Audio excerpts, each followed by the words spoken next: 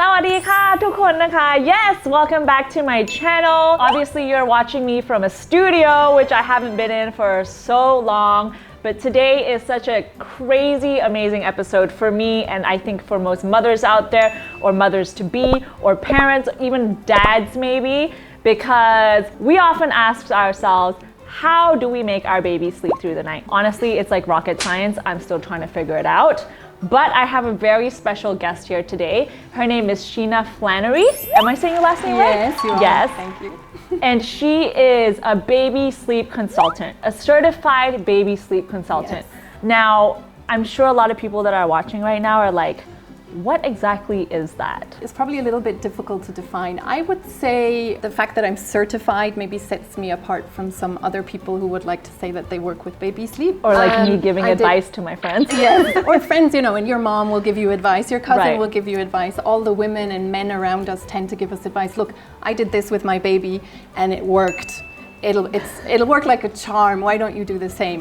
And the big difference is that I did a training. I did a relatively long training for about 6 months about the science behind baby sleep, learning everything around awake windows and just also behavioral aspects of baby development, which I think is really important when it comes to sleep. Right. And yeah, I actually had like a lot of clients that I had to kind of work with first to also find my footing. How many babies would you say in your career do you think that you've, or parents that you have helped? I'm still relatively new, I guess, to the business. I would say about 1.5, 2 years, but I would say probably around 60 families.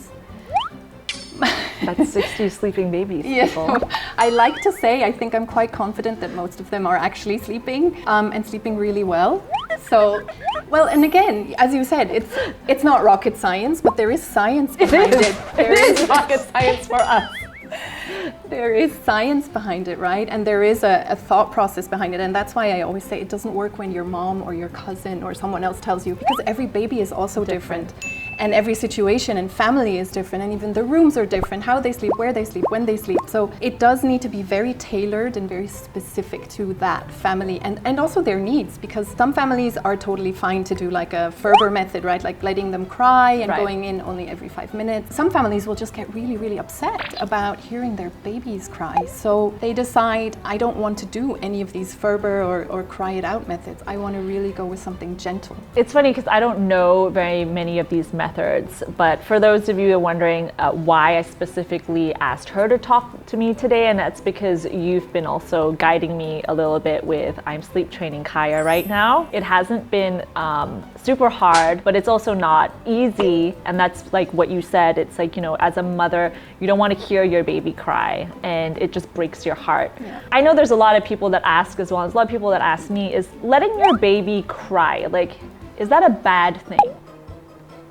I get that asked all the I'm sure time. that's like your number one question. Yeah, all the time. No, it's not. And there's Okay. a lot of research and there's a lot of studies around it. And of course, there's also conflicting research and studies, as most topics, I guess, when it comes to parenthood. Right. I think a lot of it is also how you feel and how you manage and how you can feel about responding to your baby anyway, right? So I always encourage, let them cry a little bit. Okay. Don't run in immediately, because there does need to be a little bit of independence in it, but I Right. also don't encourage let them cry for 20 minutes or an hour, or Right. there are some methods that are literally you close the door and you walk away and that's it. The And cold turkey thing. Yes, the cold turkey. And this is also where I say people don't need me for that. Right. They can read a book about it and then they can do it. They don't need to come to me for that, right? But there's no judgment with that either, No, because I do exactly. know people that do that, and Exactly. apparently their babies sleep through the night, but They do, I and can't. that's the thing. And that's the thing. I can't do it. And that's what I was saying about different families having different needs, right? Right. And some families do that and it works a charm. It does work. Of course it does, because the baby learns to put themselves to sleep. They struggle in the beginning and they Right. will cry and they will protest, but they will learn it very quickly. And there's zero judgment from my side for anyone who wants to do that. I think that's great. What would you say is the ideal length to let your baby cry? Or I know I understand it's like different for every baby, but at what point do you say, okay, I need to go do my pop-in? Again, very Wait, different. what is pop-in first though? Yeah. Let's explain that. Pop-in is... So pop-in, depending if you're going by the Ferber method, which I think you are referring to, which is letting them cry for the 3 minutes and then extending the cry Yeah, extending it, right, every time you go in. It's basically a check-in to just say, I'm here, it's okay, maybe stroking them, but you're actually not supposed to pick them up. But again, it depends on what method you use and how you prefer to do it. The perfect time doesn't really exist. And I think as a mother and as a father and as any caregiver, you learn at some stage to distinguish the cries, right? There's that cry that you know, this is not, why are you leaving me here alone cry. Right. This is, I'm really upset, I'm really hungry, or, you know, I just pooped myself or something. Right. So we can kind of distinguish between those. And I do believe it's good to go in at some stage, but I also do believe don't run in immediately. Because some people, they hear a little movement and then they rush into the baby and they disturb the sleep more than, because babies, you know, sometimes will be like, oh, what's going on? And they turn around and they'll sleep again. And they don't get independence from that either, because then I feel like they associate with, if I cry, then mom and someone's going to come and get me. And that's kind of what you're trying to not let your baby do, right? You're trying to let them fall asleep. That's the number one critical aspect, is to learn to fall asleep by themselves, right? So I also heard, which I'm totally guilty of making this mistake, and I did it for a while too, is putting my baby in her crib asleep. Don't laugh. That's, I think, most tired over, you know, sleep-deprived parents. No, I totally legit thought that was the right thing to do, people. Like, I was like, I'm gonna bottle feed her and rock her to sleep. And then I'm gonna put her in the crib asleep. And oh my God, if she's not asleep before she gets in the crib, oh my God, how's she gonna sleep? Wrong thing to do, apparently. Yes. Ideally, and again, this is the perfect world, you put your baby to sleep, the infamous drowsy but awake. It's not easy. That is not an easy. It's not easy to find the window where they're tired or almost asleep but not asleep yet. And there's also that tricky bit of not putting them down too early where, you know, they'll just start screaming again and they're too awake. So, but helping them learn to put themselves to sleep is really the most, I would say, critical element of any kind of sleep training or getting baby to sleep by themselves. And the other element that I always like to talk about a lot is really the naps. And people tend to forget and focus only on the night sleep, right? And you and I, we had this conversation as well, right? And for you guys watching, when we met and we talked, Kaya was doing her naps a little bit too late. Yes. So she actually needed to go and start her naps much earlier. She was doing them, I think, after 4 hours of waking up. And I recommended 2.5 hours.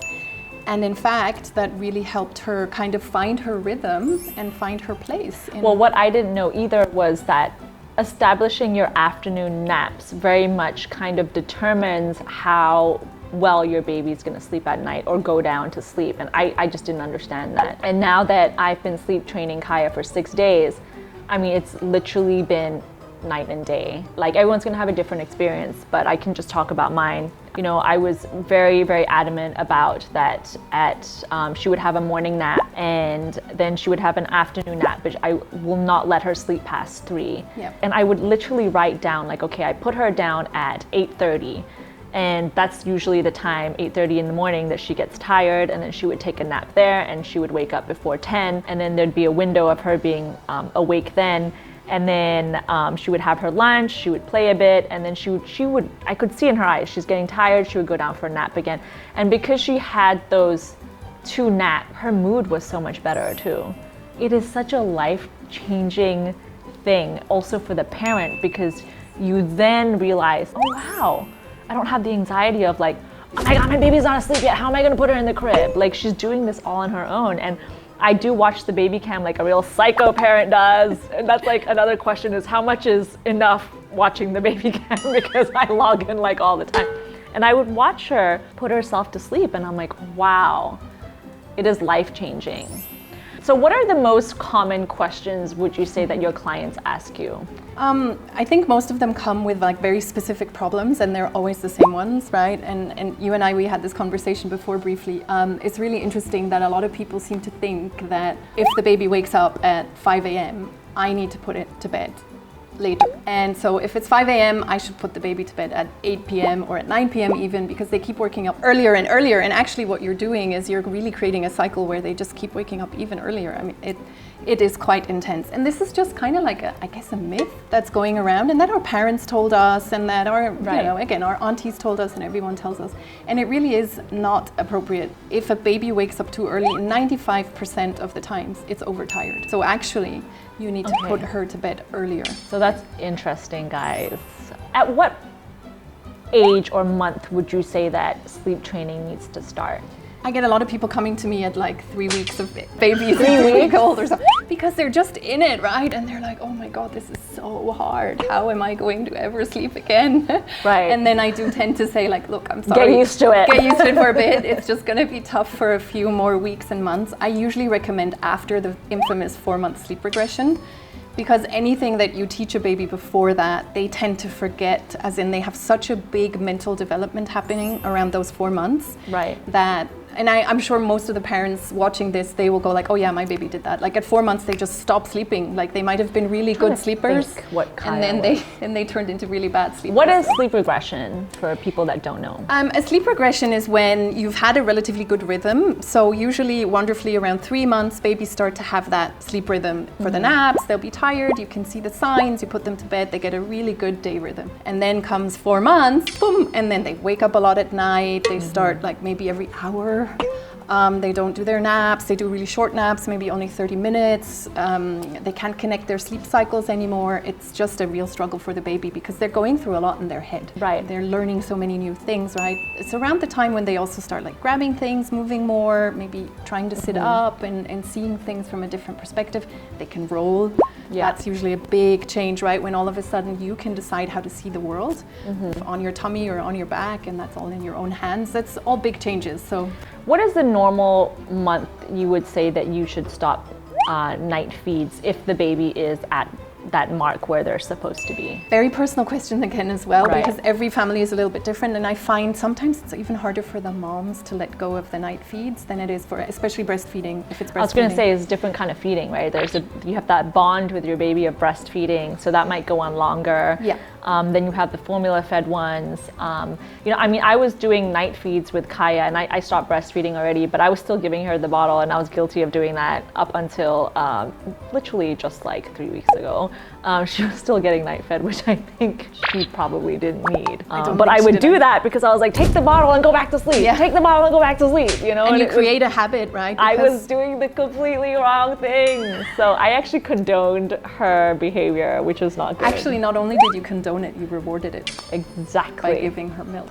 Are you ever done with sleep training, or is this a thing where, I read, okay, you sleep train for 2 weeks and then maybe you'll be in the clear for a bit. Like, how long do you stick to that where you can say, I'm kind of in the safe area? Like at what, I think when 2 week mark? Yeah, like what you're doing right now, right? Like when you've hit maybe 2 weeks of really consistent naps and night sleeping through the night, I think that's a zone where I would start feeling comfortable and saying like, okay, I can now, go out with her once when she needs to do her nap or something like that, right? So that's what I did the other day. I had to text Sheena and be like, okay, I want to bring Kaya to music class, but her music class is in the time frame of where I have to wake her up from her nap earlier. Do I go to the music class or do I not go? And the answer was, try not to go.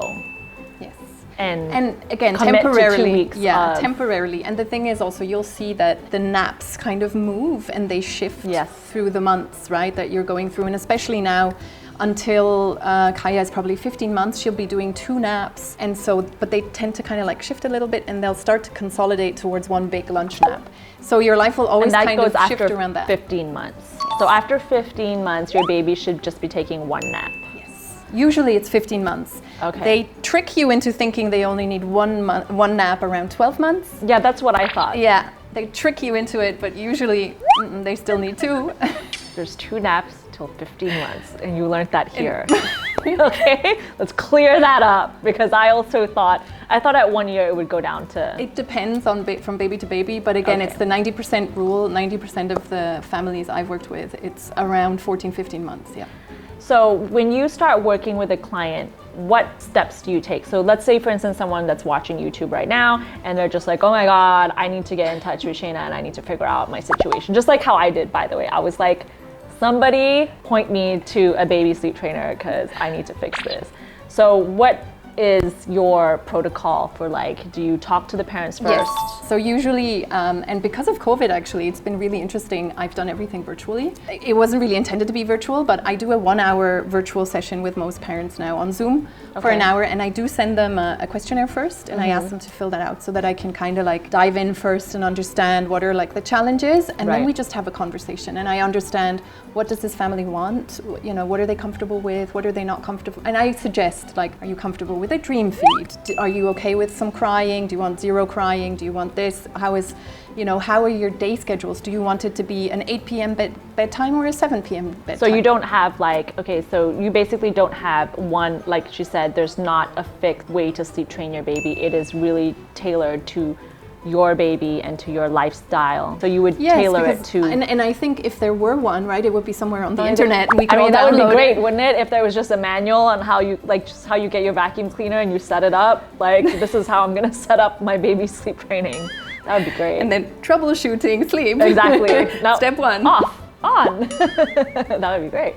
No. But so you would have a Zoom chat with them and then a questionnaire. Yes. The questionnaire first, the Zoom chat, and then I kind of go back and like spend some time thinking about what's the day schedule. So as I said, the day naps really, really important. How are we going to handle the day naps? Looking at the awake windows and putting together very personal. So Kaya needs to sleep from then to then to then to then. So Sheena also kind of helped me. I sent her what I was doing, which I thought was the right thing to do. And I sent it to her, and she kind of helped me give me ideas on how I could fix her schedule and said, okay, well, maybe I think you should move her nap up like this and move her nap here. So you kind of helped me modify it better. And then I kind of went back, and as a parent, that's your homework to kind of commit to sleep training and to follow that schedule. So that's it. Sometimes it's just nice to have someone where you can say, this is my schedule, how can I and also it's a discussion, right? And then, you know, sometimes we need to remember, we were also saying like, oh, maybe we need to give her 15 minutes more awake, right? Like, or you know, try to push a little bit. If she's still crying for this long, then maybe it's not the right time yet. So it's also just good to have like the sounding board where you can kind of just hear, am I doing it right? Is this the right timeline? And honestly, for me as well, your baby is your baby. You know Kaya much better than I could ever know her, right? So it's also about you telling me, this doesn't feel right. I think we need to change something. And that's where I think we really work together as like a team. And I'm team sleep, right? I want to make sure you guys sleep. We all are.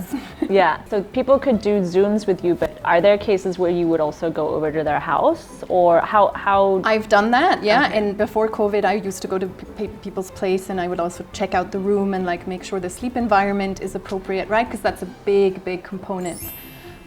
And what is the right sleep environment for your baby?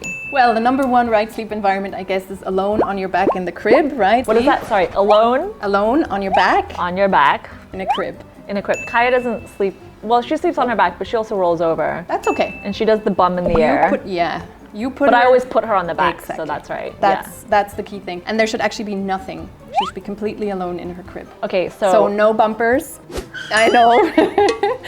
Someone has some bumpers. I saw the photos, right? She sent me some videos. Okay, so this is like a thing too, because I had Kaya in a crib without bumpers, and then her feet got stuck. Her hand would get stuck, and that was a huge thing. She was like this, and then her foot got stuck, and then she would do another thing where she would stand up in her crib and be like she's in jail like this, and then she would fall back and she would smack her head on the thing. So I was like, I've had enough of this. I'm putting bumpers. But that's like not the right thing. Look, I don't want to sound preachy, but the thing is that but please cribs, and I will be preachy. But please do. Cribs they're tested, and especially you would know like the American Academy of Pediatrics, right? There's nothing in your crib. They test with very specific guidelines, and they will tell you that's how you need to do it, because none of these bumpers are 100% safe. They're probably 99% safe. The risk is, right, that in some way your kid could get their heads underneath, or they could come off, and then there's string in the bed, in the crib. Like, there is a very, very small risk, but it's there, and why have it? Could you also have the risk of breaking the baby's arm because and this is the question that I get a lot as well, and I say there is very clear statistics that the risk of suffocation from baby bumpers, from the crib bumpers, is actually a lot higher than breaking. I think the bigger issue is the legs. A lot of parents say like, but the legs always get stuck, and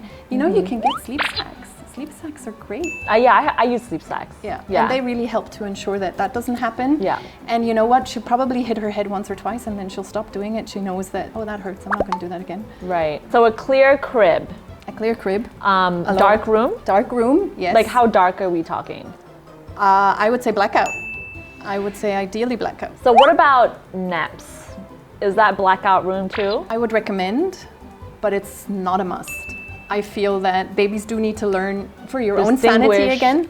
To be able to sleep in a slightly brighter room. Yes. Yeah, that's what I was thinking. Because, too. you know, there will be the day where you're going out to your music class or your baby class, you want to put them in the carrier or you want to put them in a stroller and you want to be able to go out. Because otherwise you'll always be tied to home for the next 3 years of your life with baby number 1 and then potentially another 3. No, baby 2, but I know that I'm tied to home for 2 weeks and that needs to change eventually. Okay, naps, you don't have to have a blackout room, but you should have a blackout room for nighttime. Yes. Put your baby down on the back and a baby should be sleeping in the room alone. Alone. I know a lot of parents want their baby sleeping in their room. That was me, and this is really embarrassing, but I'm gonna tell you guys, I pretty much slept with my parents till I was like 12, all right? And you don't want that, trust me. And that was because I was sleeping in my parents' room. And the funny thing is, my husband probably doesn't want me to say this either right now. I'm gonna say he's the only child and he did the same thing and he was sleeping with his parents too till he was pretty much a teenager, okay? So let's try not to do that. Or if you want to, that's entirely up to you. No judgment, okay? Yeah. But the baby should be in the room alone. So actually the WHO and also again the AAP, the American Academy of Pediatrics, they do recommend that you keep the baby in the same room as the parents until 6 months. Oh, okay. But in a separate crib, in a separate sleep space. And while there's lots of recommendations out there about how you can share a bed safely, it's still not 100% safe. Again, we're talking that 99%. Just don't share your bed. Just don't. Just don't. So I heard that if your baby's crying in the crib, you should try not to, like you said, condone that behavior by picking the baby up because that condones the baby to cry.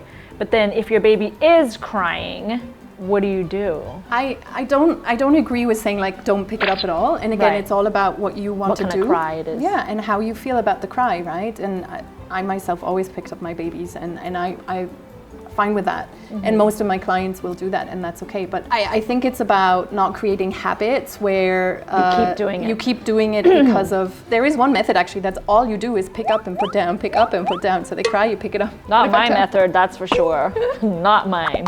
Another question I just thought about that was quite important. Travel. And I know we spoke about this. What do you suggest for parents that are traveling then?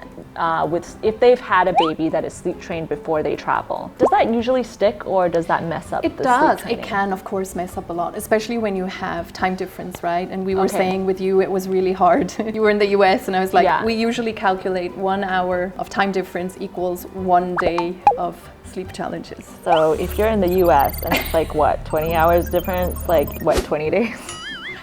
But yeah, that does, you know, create a challenge of its own. Usually I recommend stick to the same schedule. Try to stick to the same schedule. If you're going to a different time zone, stick to that time zone schedule. So still the same day schedule as best you can, of course. And give yourself the grace and the time to adjust. And it's a holiday. Enjoy the holiday. Like, you know, don't go crazy trying to sleep train your baby on a holiday. Which worked for 2 weeks and then all went to the shits. And then we came back and I was like, enough, we are sleep training again. But so travel does kind of mess things up a little bit. And so when you come back, you suggest going back into the sleep training. Would you say immediately or? Yes, I would immediately just go back to the routine that they're used to because they're used to their space and used to their home and their things and the smells and everything. Okay. So just go back to that as if nothing ever happened and, you know, fingers crossed that it sticks. Another thing is do not change the diaper in the middle of the night, right? Correct. Because that wakes them up? It does. It's stimulating, right? Yeah. I mean, if somebody changed your underwear at night, you'd also be like, that's what I was thinking because like I also made that mistake, by the way. I was like, oh, she woke up, I might as well just change her diaper. I'd take her out of the crib, change her diaper, and she would be furious, and which I now understand why, because it's like... It's cold as well, right? It's like, it's in the middle of the night, you're tired, do you want your pants being pulled? Maybe some people do, I don't know, but like not in this case, like they, you know, you don't want that. No. And so I was making that mistake too, where I was like, all right, I'm going to change the diaper, which actually wakes your baby up. Yeah. I think another myth that came to my mind, one thing that I get asked all the time is, should I wake a sleeping baby? Yes! Big yes! one, right? I totally forgot that one. It's a Do really, you really wake big a one. sleeping baby? Yeah. Answer, please. Yes, of course, always. Right? I would always wake her. Actually, of course, not for night sleep. We don't want to wake her at 1 a.m. or something like that. No, that no. doesn't make sense. But even newborns, when they're just, they're very, very sleepy, they need to be woken up to eat. And then when they're a little bit older, I think it's also important that they don't do naps that go beyond 2.5 hours. I was going to say, if they nap all day and you don't wake them up, how are they going to sleep at night? Same thing for us, right? Exactly. Do wake a sleeping baby. So just for people out there, just wrapping everything up, if you're interested in sleep training, some parents don't believe in it, some parents do. For each of their own. But if you are interested, we will put Sheena's details on the YouTube channel. I'm no expert. I'm just here interviewing her because I thought this was just such an amazing transformation with Kaya, and it's been night and day, and I fully support sleep training. It's better for the mother, it's better for the baby, it's just better for everyone. And yeah, thank you so much for talking to us today. And I think this is such an amazing transformation to see your baby, be able to sleep by themselves, and but let me just say, sleep training doesn't just stop there, okay? It's an ongoing thing. So I hope that mothers out there, mothers-to-be, parents, fathers, found this episode interesting. I know I did, and I'm gonna take away a lot of things today and go home and take the bumper off my crib. But if you have any more questions, you can comment below, and hope your babies are sleeping at night. Bye!